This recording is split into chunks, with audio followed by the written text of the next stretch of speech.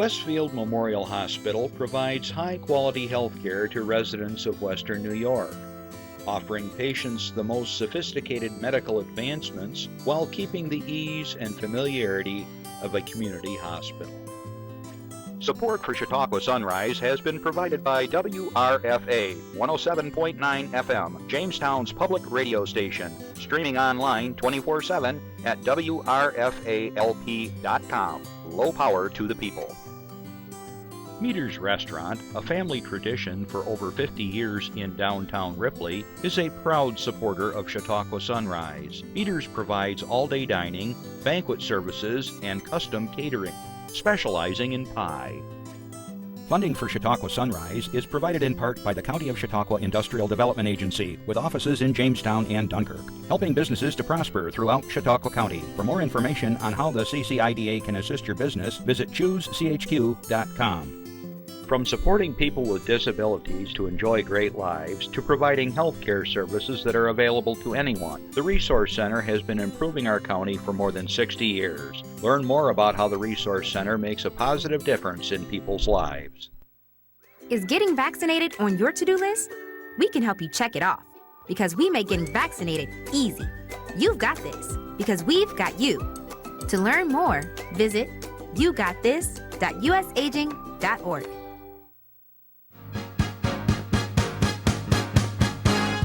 From the Access Chautauqua Studios in Mayville, it's Chautauqua Sunrise. Chautauqua Sunrise is hosted by Doc Hamels and supported by the award-winning volunteers at Access Chautauqua.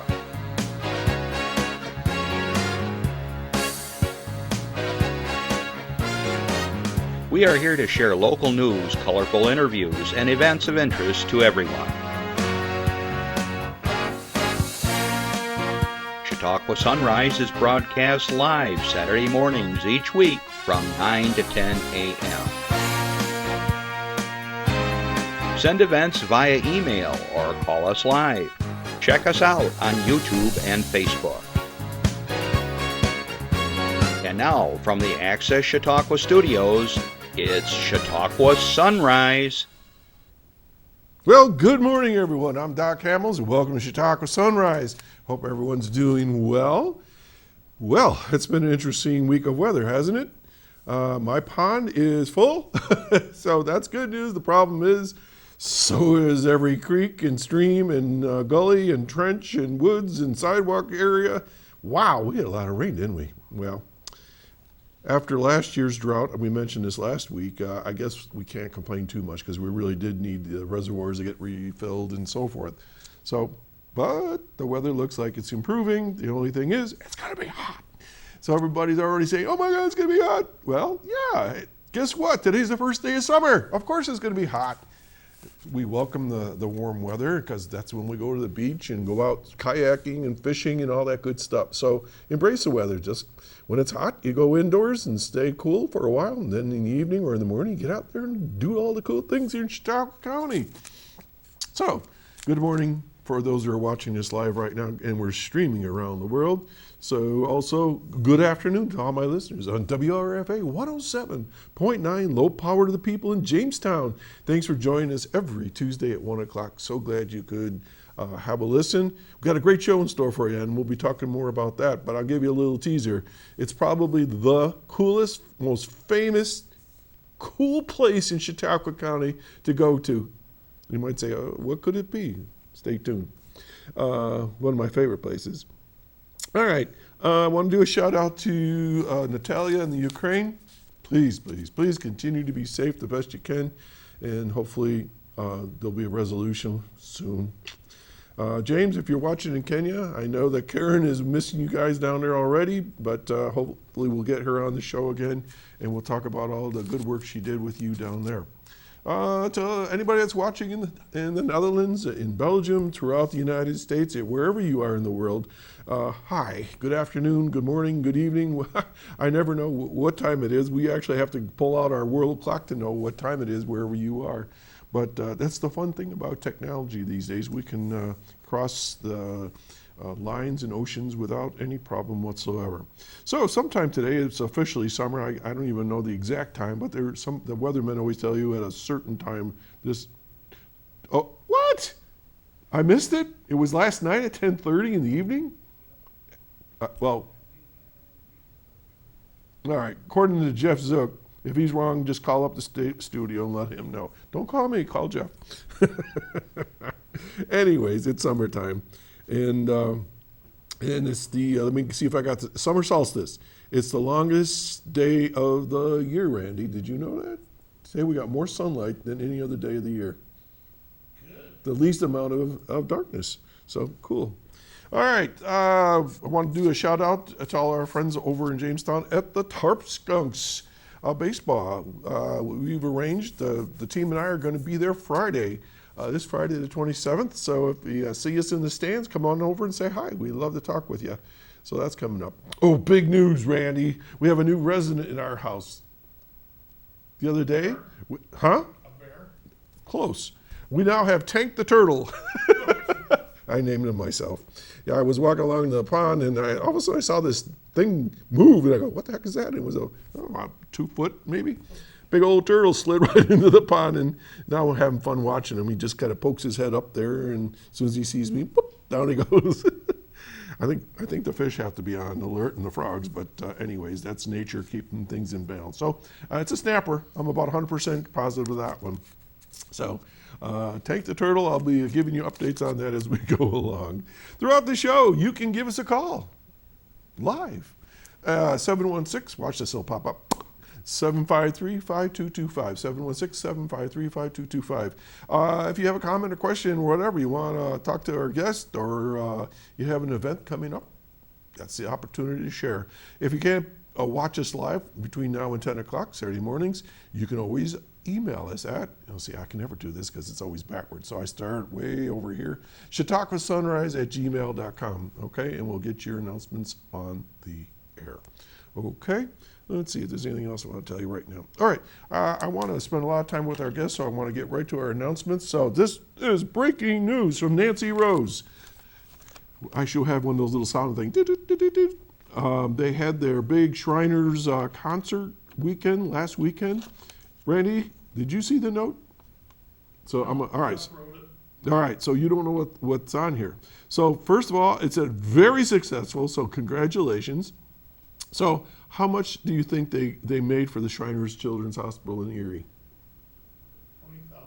Holy cow, you hit it right on the nose. They grossed $20,000. So congratulations, and I couldn't be more happy being part of that whole program as far as having the show here and promoting it. And congratulations, Nancy. You got a good heart and good soul, and you're out there helping people raise money for children and other projects that you do. So wow, $20,000, super.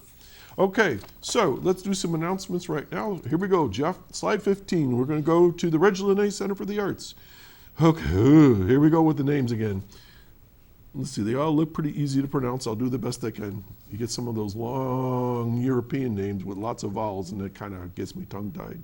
Ryan Coogler, director of Black Panther and Creed, reunites with Michael B. Jordan for Sinners. I've been seeing a bunch of this lately in the news. It's going to be shown this Wednesday, 25th at 7 p.m. Trying to leave their troubled lives behind, twin brothers Jordan return to their hometown to start again. Only discover that an even greater evil is waiting to welcome them back. Sinners is rated R. Well, it kind of leaves you wondering what that's all about. All right, Jack Black, one of my favorite artists, and Jason Momoa star in Minecraft. Oh, my grandson's loving this. June 28th at 2 p.m. It's a Saturday. Welcome to the world of Minecraft, where creativity doesn't just help you craft, it is essential to one's survival. 4 misfits find themselves struggling with ordinary problems when they are suddenly pulled through the mysterious portal into the overworld. To get back home, they'll have to master this world while embarking on a magical quest with an unexpected expert crafter, Steve. Minecraft movie is rated PG. It's 101 minutes long. Upcoming movies at the Reg includes the 30th anniversary showing of Parker Posey's 1995 comedy Party Girl. That's on July 2 at 7. Alex Ross Perry's experimental musical biopic concert film Pavements, July 9th at 7. Disney's live-action remake of Lilo and Stitch, July 16th at 2 p.m. And also at July 18th at 7 p.m. Oh boy, and now, here we go. Benicio del Toro in Wes Anderson's latest comedy called The Phoenician Scheme is going to be July 23rd. Tickets are usually $8, and if you go online, they're $10. But if you want to give them a call, 484-7070. All right, so we got some events coming up that I want to share with you. So let's see if I got this right. Okay, so Juneteenth festivities have been going on throughout the week, starting on the 19th. So today's the 21st, so we got some things going on. It says today, Saturday the 21st, you've got a full day of festival celebrations at Jackson Taylor Park with food and product vendors, kids activities, live entertainment, and a whole lot more. Tomorrow, it'll continue at Jackson Taylor Park, and there's going to be a continental breakfast at 8:30. 9:30 is Sunday morning worship service. 11 resuming all the festival activities. 2 p.m. a presentation of Jamestown Juneteenth Scholarship Award.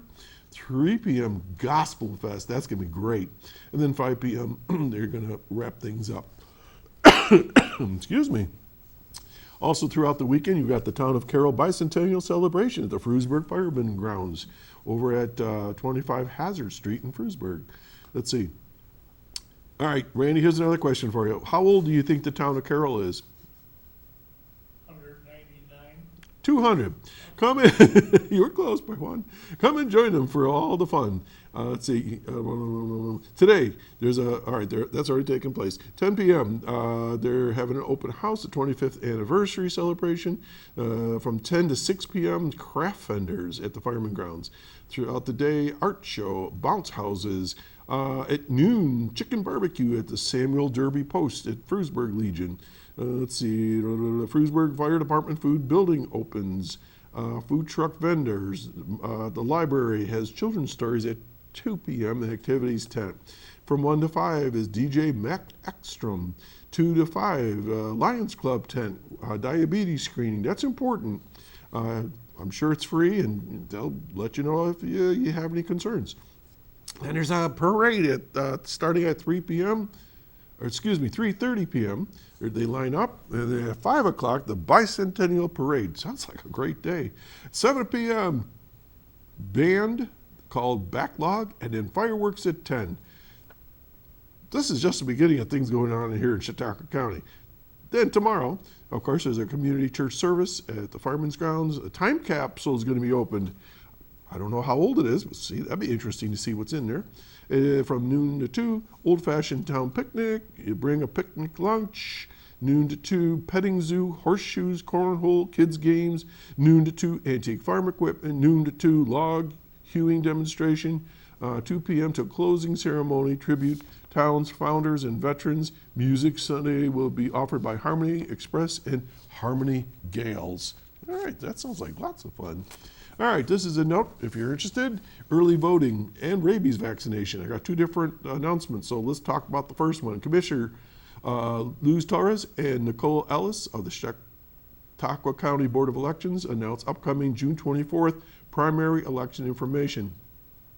All right, all Democratic Party members in the village of Fredonia, Republican Party members in the town of Carroll, and Conservative Party members in the town of Portland will be eligible to vote June 24. So these are just for primaries in those villages.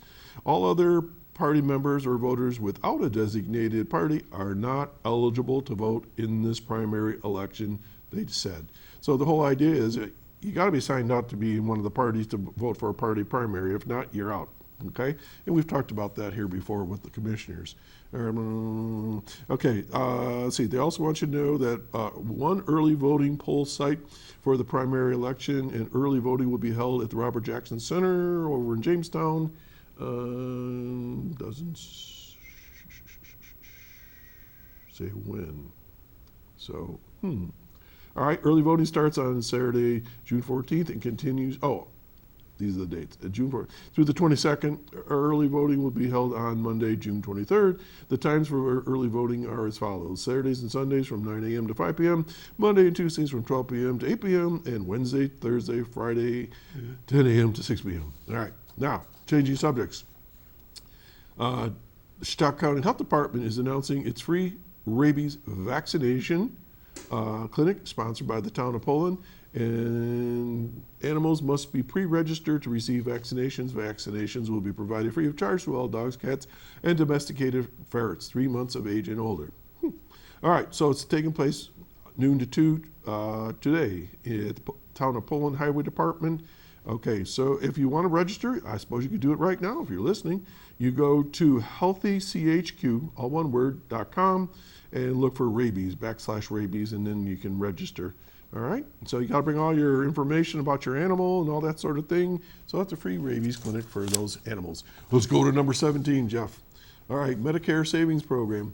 As healthcare costs continue to rise, the Medicare Savings Program, called MSP, is offering much needed financial relief for eligible seniors and individuals with disabilities in New York. This state and federally funded initiative is designated to help individuals with limited income and resources pay for some or all their Medicare premiums, deductibles, and co-payments. The MSP is vital for many residents across the region, providing an opportunity for individuals to better manage their health care expenses. According to the New York State Department of Health, there has been an increase in the number of applicants seeking assistance in New York. What is this program? The Medicare Savings Program is available to people who are eligible for Medicare and meet certain income and resource limits. The program consists of a variety of categories. I won't go into all of them, but look, if you're interested to qualify for this program, give them a call at 753-4582. So Jeff, I know we have that little number we can pop up online. It's the New York Connects number. So let's do that, 716, wow, you're magic, 753-4582. And there also is a Medicare Rights Center hotline or helpline.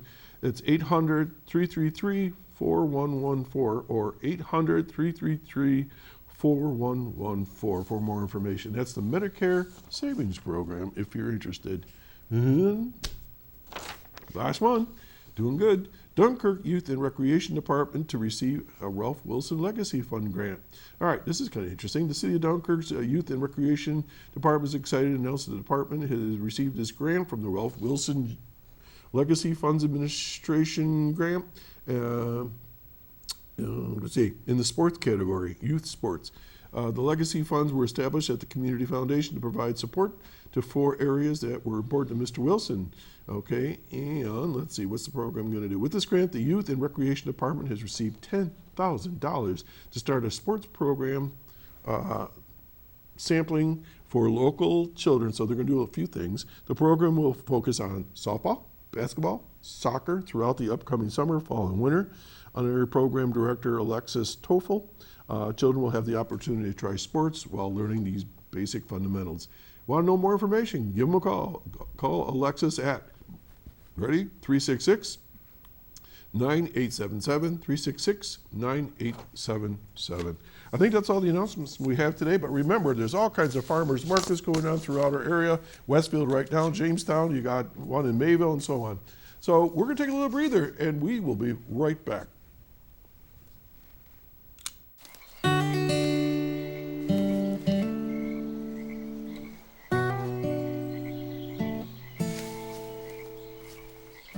When you're out there, there's no telling what you'll find. I see it, I see it!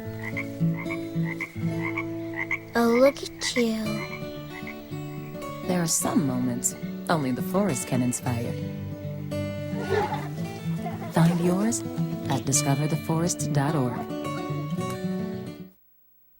Speaking of forest, I'm ready. I am going to be talking about a very cool place. I've got my trekking pole here, and I want to invite to the show once again, it's been a long time, Jonathan Weston from Panama Rocks. I'm ready. Thank you. You are. You're all set to go. Thanks, Doc. Yeah, absolutely. It's great to be back. I appreciate it. I love being in nature. I love being in the woods. I love taking people to Panama Rocks. It's been a while. My granddaughter and I were there a few years ago, and she was just like mesmerized the whole time. So I love that. Since we talked a little bit before the show, and just so many things are going on at your place. So for those people that aren't so familiar with Panama Rocks, and even yourself, so let's talk a little bit about who you are and how you got involved with Panama Rocks. Sure. Well, I own, weirdly enough, Panama Rocks. The park has been a privately owned park since 1885, if I can do quick math in my head. 1885? Yeah, so 140 years, is that? Holy cow. 15? Yeah, that sounds right. Yeah, 140 okay. years. I'm doing the right math in my head? I don't know. Give or take. So my family's owned it since 1979, but there's been six different families or groups of families that have owned it since 1885.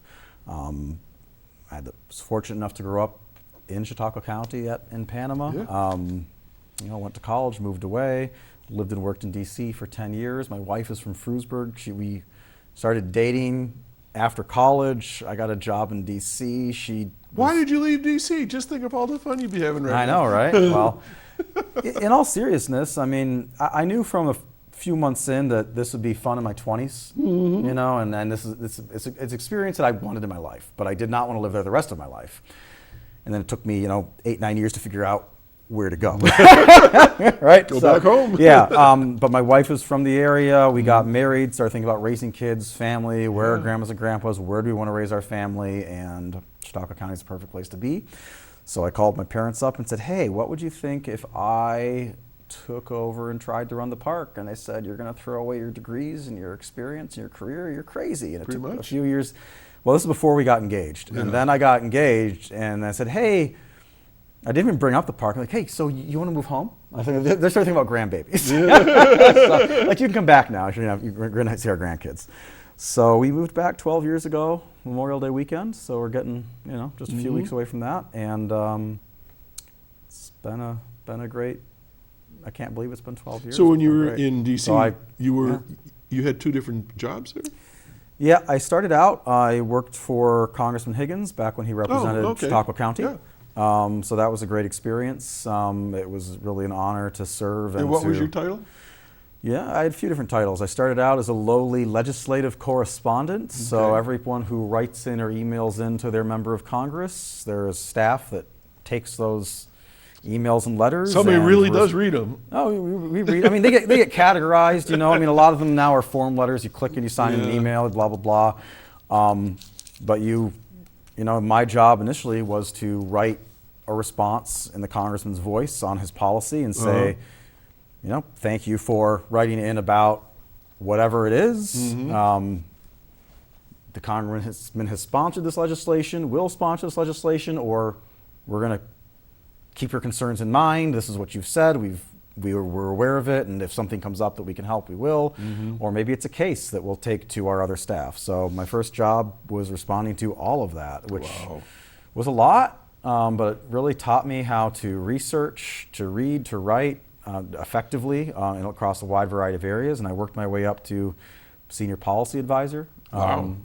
Handled many different issue areas, but and Congressman Higgins was a great guy to work for. He really was. He really cared. When he first was elected, I mean, it was him versus Nancy Naples, and it was a recount. I mean, I was in there. We were counting, counting ballots, right? Hand counting ballots, and it was very close. And they were both new. They were both new figures. I mean, we had Amo Houghton. He was great. Forever. And he was wonderful, and everyone liked him, And I like to think that for the most part, I mean, so Brian won that first election by barely anything. Then he went on to win consistently by like over 70%. Right. You know what I mean? I mean, people got to know him, and they got to understand that he really cared about Western New York and wanted to do right by this area. And, he was a good guy to work for. So then I worked for a bipartisan commission on U.S.-China relations for the other half of my time in D.C., specializing in the economic and security relationship, the U.S.-China Economic Security Review Commission, half Democrat, half Republican, bipartisan commission, and they actually, doesn't happen as much anymore today, but they still do, work very, very hard to get a bipartisan consensus recommendations on U.S.-China policy. You would kind of think that's the And way then it Congress should be. throws it in the trash.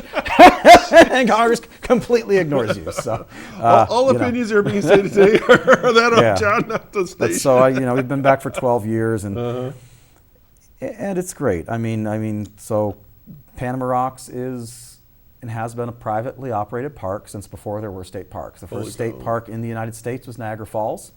It was created by the legislature in 1885. Love Niagara Falls. Went there, took my daughter this year, try to take her every few years. It's a wonderful, wonderful place.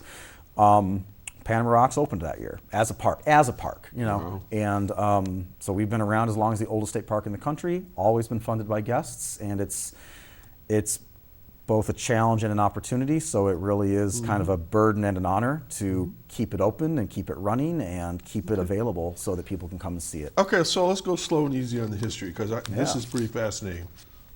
So 140 years ago, somebody named what? George Hubbard. Hubbard. Were they locals? That's an interesting question. I've been trying to figure this out. Were Hubbards in Sherman. As far as I can tell, this is not related to the Hubbards in Buffalo, the There's Hubbards well-known in Hubbard Ripley. family. Could be.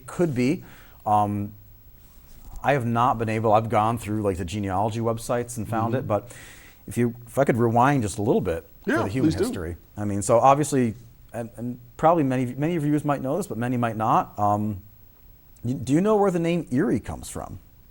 I'm going to quiz you. Oh my gosh. Where do we get the name Erie? Erie County, I'm Erie Lake? assuming it's an indigenous name. Yeah, the people that lived here in this part of Chautauqua County were called the Erie-Elhonan or Eries, and that was, I believe, the Seneca's name for the tribe. A lot of our names for tribes are with the tribe just to the east. The explorers would come in and say, "Who lives over there?" And they'd get their name, right? Unfortunately, the Erie people were wiped out in about 1656 during the Beaver Wars, 1656, 1657, about in there, in a war with the Seneca. There's a lot of different questions about who started the war and what happened, but before this, the Huron tribe actually was fighting with the Iroquois and really decimated, and a lot of them supposedly fled to the Erie, bolstered their numbers, and you had all these Huron warriors coming right next to the Seneca Nation, and the Seneca were like not happy about that. Oh boy. And so tensions flared. Unfortunately for the Erie, they were wiped out. But that's where we get the name Erie. Yeah. Lake Erie, Erie County, Erie, City of Erie. So those, I always like to point out that they lived here first, right? So they lived here first. Yeah. The Seneca really kind of gained control over the territory 1650s and until about 1780s or so. You have the Treaty of Big Tree, and that was what ceded this land, Chautauqua County, or at least this part of Chautauqua County, to white people. The Holland Land Company bought up was given the land Out of and Batavia, then distributed it. And a guy named Elijah Wing bought up thousands of acres of farmland in Chautauqua County, which included the land at Panama Rocks. They didn't know it was there. Now, most of the fields and hilltops were just clear cut. I've actually seen a picture from like Panama Central School all the way across to my house, where it's like from that hill over to my house, and it's like just barren fields. And I was like, that building looks really familiar. But oh my gosh, that's my house, but it was all clear cut. Or most of it was clear cut, maybe not the gullies. But the rocks were never clear cut because you couldn't farm it. Right. So we have this little tiny stretch of old growth forest of just a teeny swath. So Elijah Wing bought it, and then in the 1860s, 1870s, there was a gentleman by the name of Andrew Bird, and he had a tavern in the village of Panama, right where the Panama Auto Center is now. Great. By the way, Bobby at Panama Auto, Yes. phenomenal. Like, you need a reliable, honest mechanic. Is this an ad? It's the promotion. Okay. I mean, I wouldn't say this if I didn't go there. And I mean, he's honest. He'll tell you if you're better off going someplace else. He'll tell you. Great guy. But where that auto center is now was a tavern. It burned down. And the gentleman bought the land at the park. There was a farmhouse there, and turned that farmhouse into a like small, think like 1870s tavern, like a few rooms farmhouse. Not a big deal.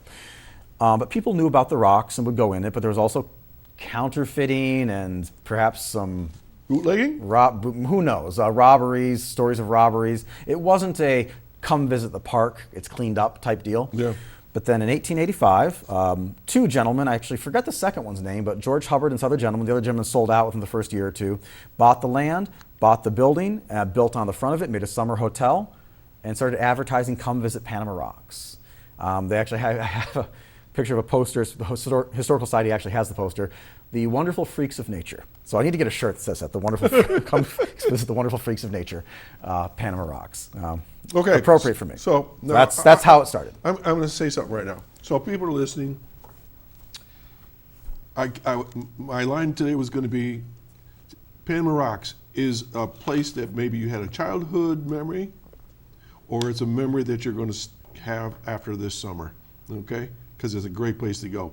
But what people think of Panama Rocks, they think, oh, we're going to go rock climbing up. You don't go up at Panama Rocks. In my mind, you start high and you work down. Yes. And that is unique to me. Mm-hmm. So, incidentally, when I lived in D.C., we got to Shenandoah. I love nature. We got to Shenandoah all the time. Mm-hmm. Beautiful. I mean, gorgeous. Blue Ridge Mountains are amazing. And but I remember hiking 7 miles through the mountains, up and down to see these rock formations.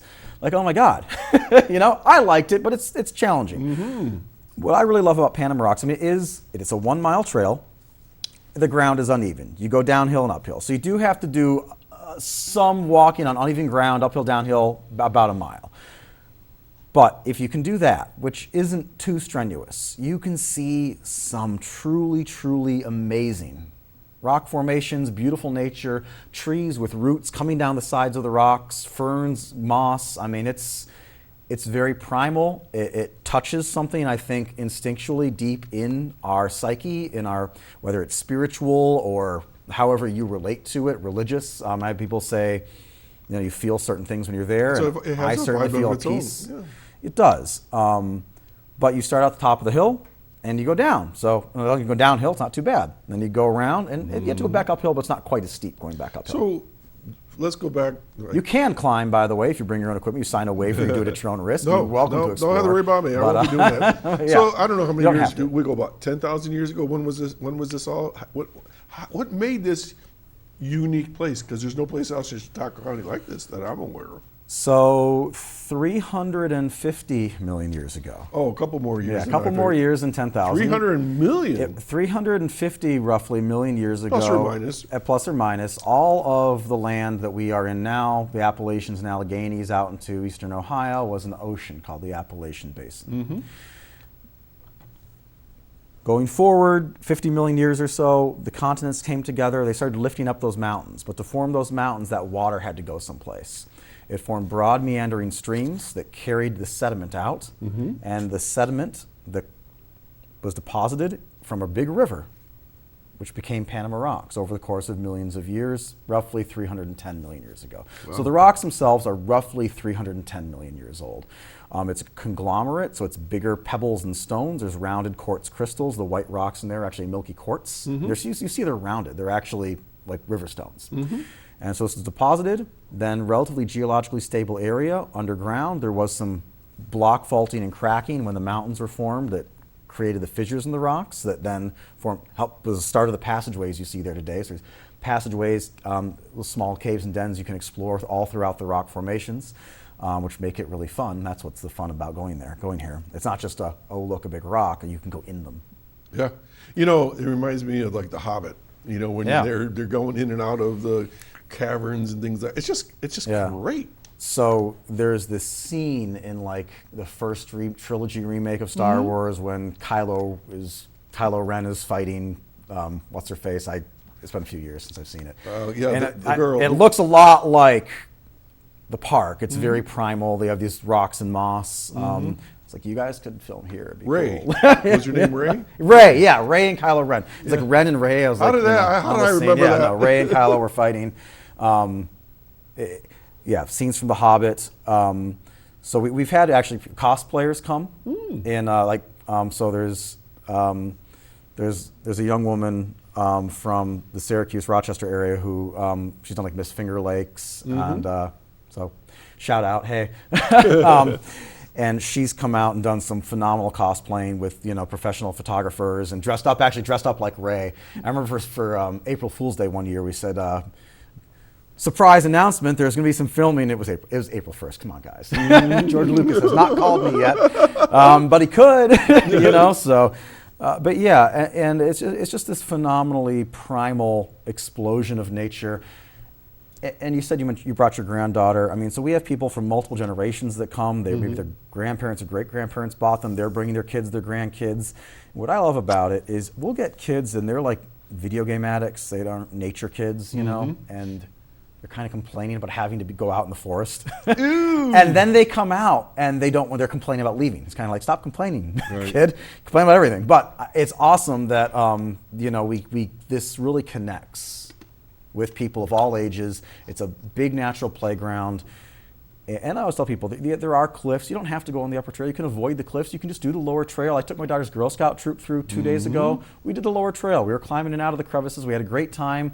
Some of the scout troops took maybe 5 or 6 older girls on the upper trail, and I took the rest of them with some of the parents down through the lower trail. So it really is accessible to a wide range of people, all sorts of ages. I remember I took my 2 sons. I don't think we had the other 2 with us because they were too little at the time. You'll know where this is because I know you know every nook and cranny there, but somewhere along the line you could go down the trail and there's an opening maybe in the side of the whatever formation, and you actually can go under the ground. We went like into a little cave area? Yeah, but people were like walking above us, but we were under them. Oh, yeah. And you could poke your head up like a gopher. There's a few spots like that. And I mean, the kids were just having a great ball, just Yeah. going crazy in there. Yeah, I mean, it really is, and it's not like a labyrinth where you're going to get lost. I mean, but there's places you go, and there's a crevice that goes this way that splits off to the side, and another way there's then crevices to the right, to the left, and you can explore around all these big mossy covered rocks. And I'll mention, so by the way, this weekend very well will be the first weekend without some form of rain or snow since November. So we're crossing our fingers for that. And while it might be hot, Panama Rocks acts like natural air conditioning. Absolutely. It's great. Yeah. So you go down there, and it's really cool. These rocks are 50, 60, anywhere from 30 to 60 feet underground. And so you have all this cool air, about 50 degrees, that goes off the side of the rocks, and it radiates. And if you go down there, if it's 90 degrees out, and you're down there on a hot day, you'll feel the breeze. Because if it's 60 out and temperature and 60 in the crevices, you're not going to feel it. But those crevices are like 60-ish degrees all year round, no matter when you go in, because it just sucks the cool air out of the earth. It's natural air conditioning, and you can just feel this great breeze down there. So it really is like you can go explore nature on those hot days and not die of heat. Bring a water bottle, stay hydrated. I always recommend that, but it's a great place to go hang out. So are you seasonal? When are you open? Yeah, we are open the first weekend of May through the last weekend of October. If there's some great weekends in November, we always are happy to reopen and open for some bonus weekends. I mean, we want to be open, but when it gets below 50 degrees, when it's kind of cloudy and wet, we just don't get people coming. That makes sense.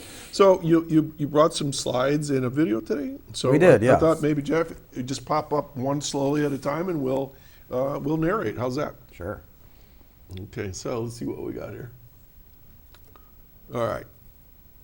Where are we? So this is behind formation number 3. We call it the Mayflower. And a lot of these names date back to 100 years ago. We can talk a little bit more of the folklore and history here. Some of the religious names supposedly date to Joseph Smith, the founder of the Church of Latter-day Saints, the Mormon faith, which is very interesting. Apparently he may have allegedly hid out in the rocks after being arrested in Jamestown. Really? Really, and we can talk more about that later. You can see all the nooks and crannies behind the rocks, all the ridges, all the moss and ferns. So why the Mayflower? Why that name? That's one that's 100 years old. It's not religious, I don't know. I mean, probably just the owners. The rock on the back left, actually, from a different angle, looks like a ship's prow. Gotcha. So it comes up on a big point. So someone said, looks like a ship, let's call it the Mayflower. Okay, so it's to get customers come in here. There's 16 named formations, and it really does kind of help you orient yourself. Where am I on the trail? Oh, I'm at the Mayflower. I'm at Devil's Den. I'm in Paradise Valley, whatever it is, cool. right? So Castle Rock kind of looks like a castle turret. This is one of my favorite spots. Yes, mine too. And this is where I was talking. If you go see the little dark area between those rocks on the left, that's a small crevice you can walk through. You go up that little 5-foot climb up the side there in the back, and go through a crevice. There's 2 entrances out to the left. You go out to the left first and a little climb down. You go all the way back. That's the back of Fat Man's Misery. I think About 80 feet long. I think I went through that one time. Not recently. Not recently. No. So I haven't. 12 years ago was the last time I went through. I'm talking. Tore my shirt. I'm talking 30 years ago. Yeah. No. Yeah. Maybe. I think I even got almost stuck in there. Just want to rib you a little bit there, but yeah, it's one of those fun things because kids can get through it pretty easy. No, I can't. It's about 80, 90 feet long, and I mean, unless you are an ultra skinny adult, just my rib cage. I used to be skinny. Even my rib cage doesn't fit through it. Yeah. You kind of got to bend down. So that's the back there, and then off to the right, there's another great formation. This big birch tree comes down. All these roots come out. We call it Eagle Claw. And then there's a crevice that goes up through the other side. So, I mean, just in that one area, there's 1, 2, 3, 4, 5 different crevices you can explore around. Cool. Right in that So 200 feet. I'm thinking, obviously, if you're ambulatory and you're pretty spry, you'll be all right. But what about senior citizens that have little issues walking or getting around? I mean, obviously, you're not going to come in here with a wheelchair, I'm assuming. It's not wheelchair accessible, and everybody is different. So what I always offer to people is that if you want to go in and try it, I mean, there's an admission fee. Go in. The first part of the trail is going to be actually the steepest part going downhill. If you don't want to do that, or you don't feel comfortable coming back up it, we'll refund your money. Come back in 15, 20 minutes, let us know. We don't want anyone, we want people to be able to try it, and we don't want anyone to be stuck down there uncomfortable in a bad situation. So that said, I mean, my record so far is I have 100-year-old gentleman do the trail. Wow. I mean, it was 93 before that, so he beat the record by 7 years. I mean, I did not think he was going to, I mean, he was very good for 100. I mean, if I am blessed to live that long, I hope that I'm in the good shape he was. But he still had a walker. He had a walking aid, but he has his daughter with him. And he really was determined. It took him a few hours, but they did it slowly, sat where they needed to, and made it through. And kudos, congratulations. For most people, I'd say if you can walk roughly a mile on uneven ground, you're fine. Okay. If you can walk maybe 3 or 4 steps up or down unaided, bring a walking stick, walking cane if you need it. It's not graded, it's not level, but it's also not like you're not hiking the Appalachian Trail. Right. You don't have to climb those rocks. Okay.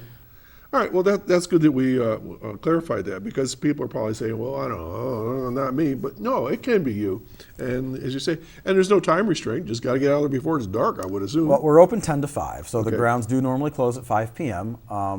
Some nights, if I'm going to be there and it's the sun's, we might let people stay a little bit late, because you can always ask. But tonight I'm going to plug Chautauqua Institution. The Counting Crows will be at Chautauqua Institution tonight, and my wife works at Chautauqua. I'd love to plug later, but I'm leaving at 5 to go see the Counting Crows. So I'm not being there late What's tonight. your wife do there? So she just started this March, but she's been involved with theater her whole life, and she's actually been on the board of the Lucille Ball Little Theater of Jamestown. It's a great community theater if you haven't been there yet. But she is in charge of marketing the Chautauqua Theater Company, the Opera Company, and Performing and Visual Arts. So they've got some great things coming up. By the way, since we're talking about it, there's this. I'm not a theater person. I go to shows because she takes me. I usually enjoy them, but I'm not like innately just going to usually go myself. But they've got just 3 things coming up that I'm interested in are the real James Bond was Dominican. Apparently, the guy who actually inspired Ian Fleming's James Bond was a Dominican diplomat who was this suave playboy involved with Zsa Zsa Gabor. I mean, worked for the oppressive Trujillo government, but was this crazy story. And there's a play about him, which is I want to see because James Bond. That's cool, and I would like to know the history. It's kind of cool. There's Dominican in there. I want this. How did the Latin culture impact how'd that this? all fit in? I mean, you think about James Bond. I mean, I don't want to be stereotypical, but yeah, you don't think of British people being suave playboys. But you think, a Dominican Latin American guy. Yeah, that kind of fits, right? I mean, little playboy-esque, suave. Then you've got The Execution of Justice, which is a play about the trial of the person who murdered Harvey Milk. It's timely. We're still dealing with these issues today. And then there's the opera company's doing it's not a full opera with all the regalia, but they're doing I forget what they call it. They're doing La Boheme, though, which I've never seen. And I believe this is kind of like a modern interpretation. I could be butchering it, but it's still La Boheme. But La Boheme is really about young people in bohemian community trying to pursue their dreams in the arts in an economically challenging, difficult time, and struggling with that. And I think that's something that many people can relate to today. So you can go to Panama Rocks in the morning and then go see some shows at Chautauqua or the Lucille Ball Little Theater. Chautauqua County is alive. Music at Southern Tier, Bemis. There's so much happening in Chautauqua County. I love it. It's bursting. Yeah. So all I'm saying is I'm not there every night. I've got kids, I've got family, and I want to have a life. But we're open till 5 at the very least, 10 a.m. to 5 p.m. at the very least. Sometimes it's bonus hours. All right. Do we have more pictures? We have maybe one more picture or a video. All right. Actually. Whatever you got, Jeff. Oh, yeah. That's my daughter. Of course. A few years ago. And this is also that Cannonball Canyon. You see that tree root coming down. That's Eagle's Claw on the left there. I just like this because it gives some perspective of the size of these rocks. I think I have a picture of my granddaughter sitting on that same rock. If I have TV crews or photographers come in, this is where I take them at first. There's other spots, of course, but you can see that tree root in the very, very back going up the crevice there. Wow. So let's not talk about this like primal nature. Any idea how old those trees are? No idea. I mean, some of the trees that, it's interesting because you have some of these trees that are growing on the side of the rocks, especially some of these hemlocks. Hemlocks are very slow growing old trees. We've got these gigantic hemlocks that could be easily 800 to 900 years old. Huge, Wow. right behind where she's sitting. But some of these little like scraggly hemlocks on the side of the rock could be older because they're going to grow a lot slower. They're stunted, but they're getting the nutrients they can off the side of the rocks, and it's really cool. When you're, having been there myself, when you see these roots, like you said, it's like otherworldly looking. It doesn't even look normal. How's this even possible? And are there fossils in there? So, just on the roots, by the way, I had a Boston Globe reporter come by a few years ago, and she had just been to Cambodia and Laos and said, this reminds me of the temple ruins in Cambodia with the tree roots coming down the temples, the old ruins of the temples. I was like, yes, that's awesome. I love that you said that. So is there a layer of fossils anywhere? Not really. So that's the interesting part. Again, these rocks were formed 310 million years ago. Half Dome at Yosemite is about 90 million years old. So this is over 3 times older than many of the formations at Yosemite. At that time, the animals that lived were before reptiles. I mean, so we're talking like there were aquatic. I mean, there were some aquatic kind of reptile-ish like things, like the fish with hands. I don't know what exactly they were, but most of the things that lived in this area were small aquatic animals that couldn't swim strongly. So you had this strong current washing out the river, and they couldn't swim well. So they didn't get stuck in that sediment. All the silt and fine sediment mud was washed out. So were those little critters, except there must have been some eddies. You get a little eddy, you get mud, so you get this clay deposits. And in those clay deposits, there's chock full of fossils. So you have like little clam shells. So in the conglomerate, you do not have fossils. In the clay deposits, they're just stuck full of them. I live on the escarpment in Ripley, and my grandkids and I will go out in the woods, and I'll say, "Look here," and they go, "What's that?" I go, "Look at," and they're some type of mollusk, small seashell type things, and they're always amazed, and they're looking at me like there's Lake Erie, 2 miles away, and here we are on the escarpment. And I explained to them, just like you said, millions of years ago, we were all underwater. So it's really cool to talk about that. All right, we have a video. Let's see that video, Jeff. This is very well done, by the way. And this was done by drone? So part of it was done by drone by Tom Wagner. I think his company's called Flight Bites, and we also have part of this video clip by Ashley Barron, who's local, and she's great, by the way. So Tom's from Buffalo, both of them I'd recommend. No, not that one. do a little dance. We're gonna see here. Sometimes we have like button issues. The gremlins get in the system and they switch.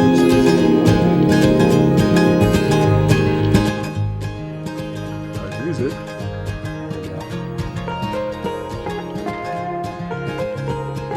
Love the music. These are those roots. So this is our glamping tent. So we opened our campground. We have luxury glamping tents. Yeah, we'll talk about that in a minute. I'll just let folks take a look.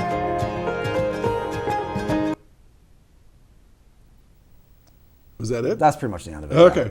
All right, so folks that are listening on the radio, we just watched a quick little drone in and out of the crevices and down in the wherever. That was pretty cool. But then all of a sudden, something's different that I have never seen here before. I saw this beautiful campsite. I mean, it looked like something when you look at things for Africa out on this out in the savannah where they got these Safari tents, glamping or whatever. So you're doing that now? That's actually a big reason why I moved back. When we were in D.C., again, I didn't want to stay, but I didn't know what to do. And the parks never, you know, you're not going to get rich off running Panama rocks. I'm not looking to get rich, but maybe just support my family. I stayed at an ecotourism resort in Belize right before I got married. And it was really cool because this is a place where they took an organic farm up in the tropical mountains of Belize near Guatemala. And in the 70s, 80s, just started with a cabin, a cottage, and some nice tents, and it became a really phenomenal resort. And I was like, this is what I want to do. We had an old campground. It hasn't been used since the 80s. And we could really do it. I really believed in it. I had this vision for it. So we took 2 years to plan to move back, just plan everything, get our affairs and finances in order, move back. My wife find a job for me to try to figure out running the park for myself, not, you know, just working for my parents, starting some festivals, trying to generate more business, save up some money, and then, I'm very careful. I'm a very prudent person.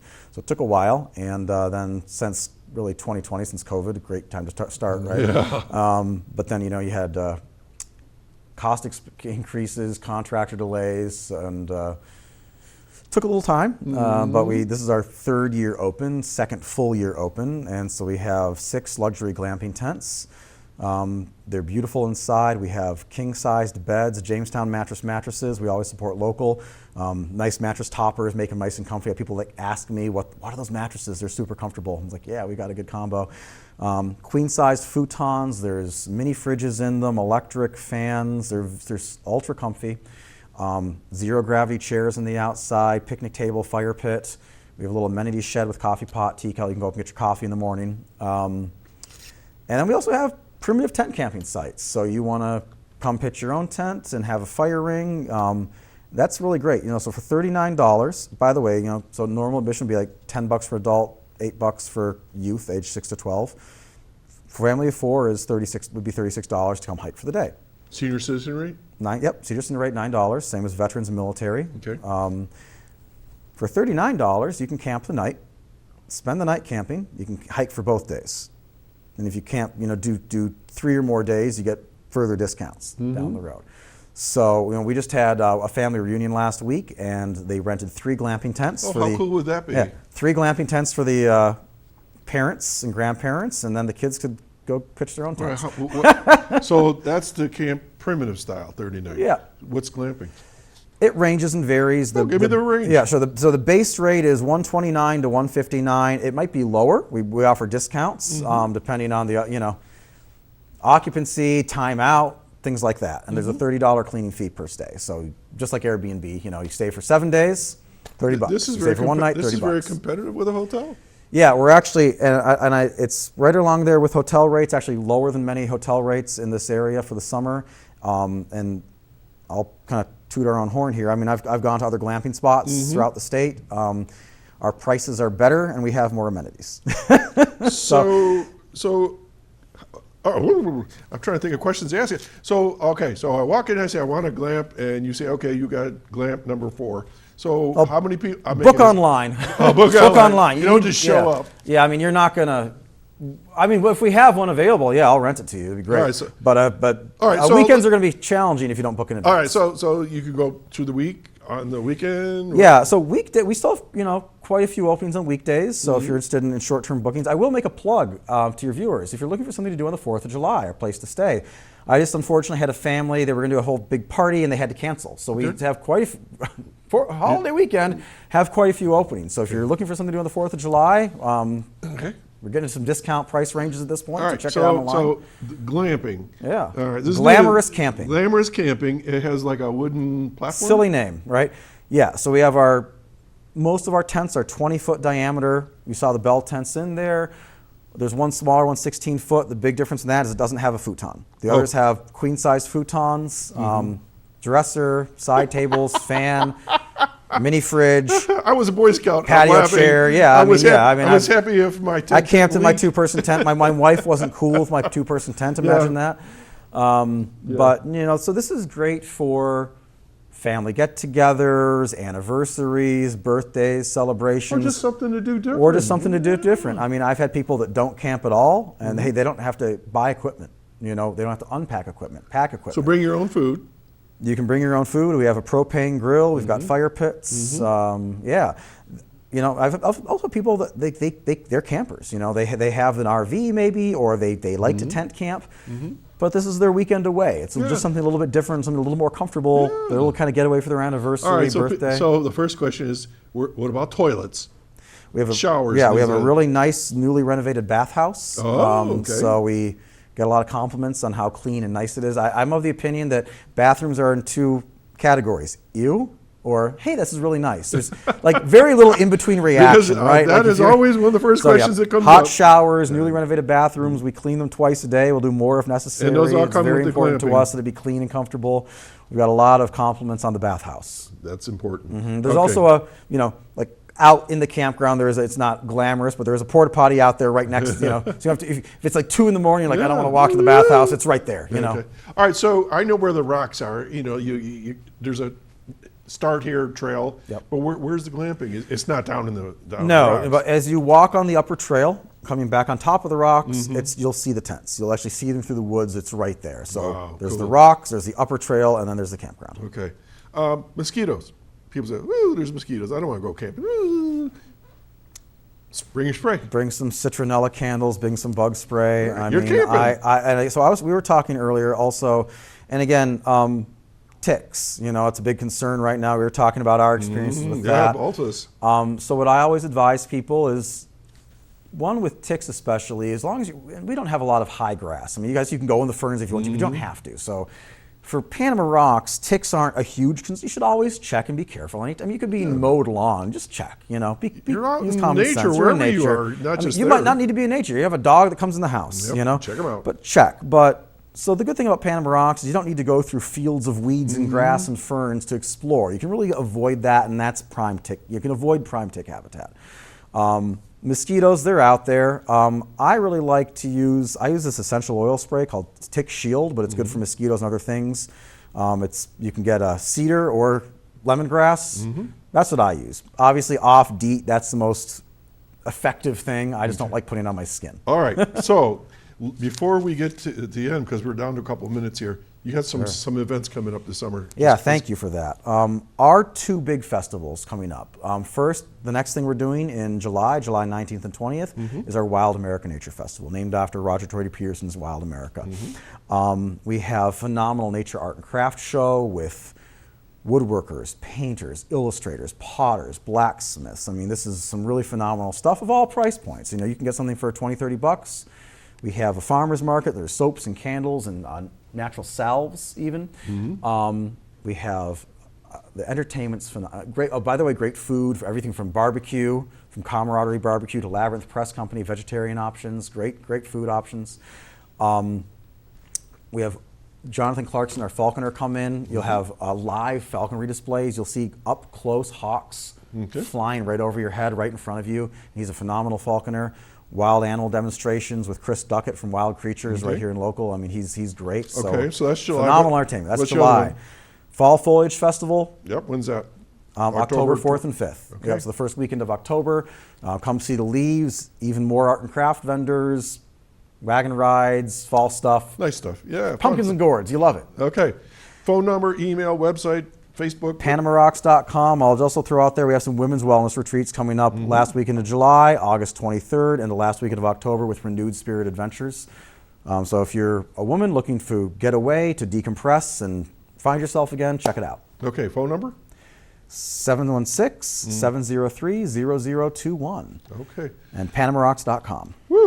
That's it. Look at that. All right, thanks, We've Doc. finished. I appreciate it. All right, folks. Well, you've been listening to Chautauqua Sunrise. My guest today has been Jonathan Weston, owner of Panama Rocks. Extraordinarily cool place. Check it out. I'm going there this summer. Sometime I'm going to be there. And it's a great place to take friends and family or just outing on a Sunday. Do something fun.